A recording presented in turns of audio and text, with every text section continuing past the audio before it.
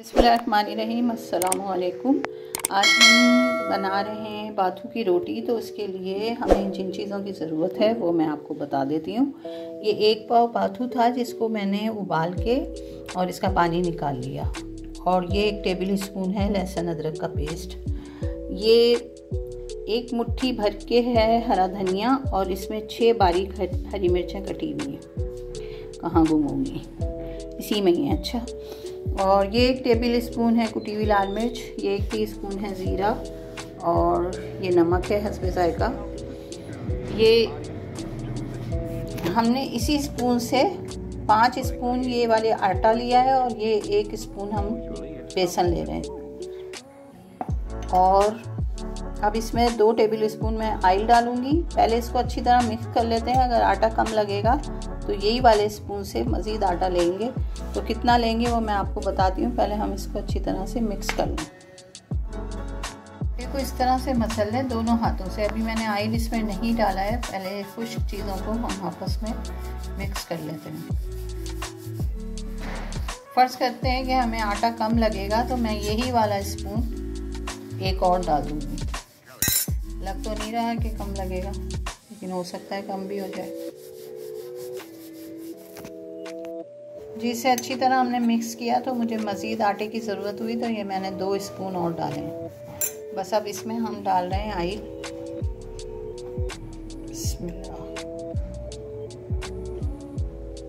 ये 2 table spoon oil डाल के और इसे भी अच्छी तरह मिक्स करके अच्छी तरह से मिक्स हो गया। अब थोड़ा थोड़ा पानी डाल के इसका एक सॉफ्ट डो हम बना लेंगे और फिर इसकी बनाएंगे रोटियां। पानी बहुत ज़्यादा एकदम नहीं डालिएगा क्योंकि बाथू भी गीला ही है, बॉयल हुआ हुआ है, इस वजह से।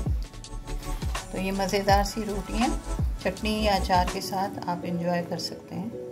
चलें, ये अब गुन जाता है तो मैं आपको दिखाती हूँ।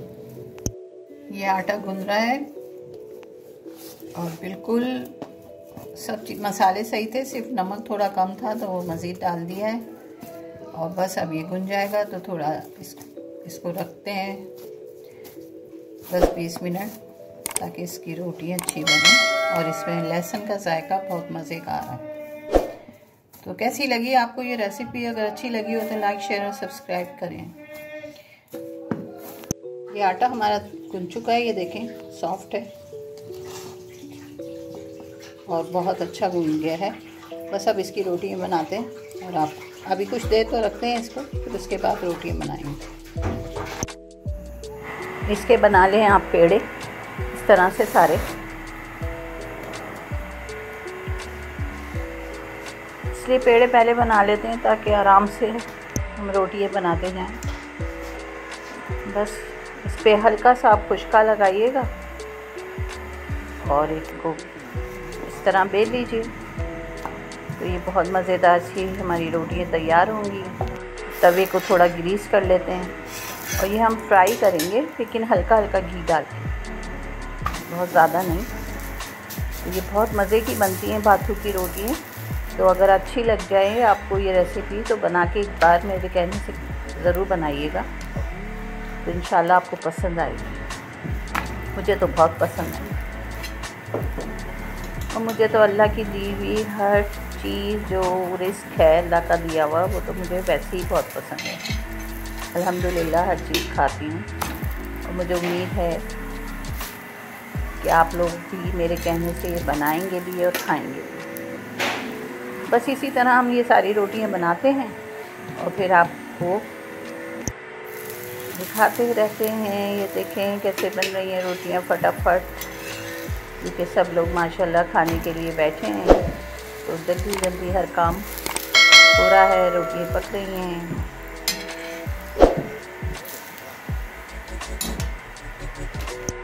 अच्छी बन रही हैं, खूबसूरत मज़ेदार सी ये रोटियां।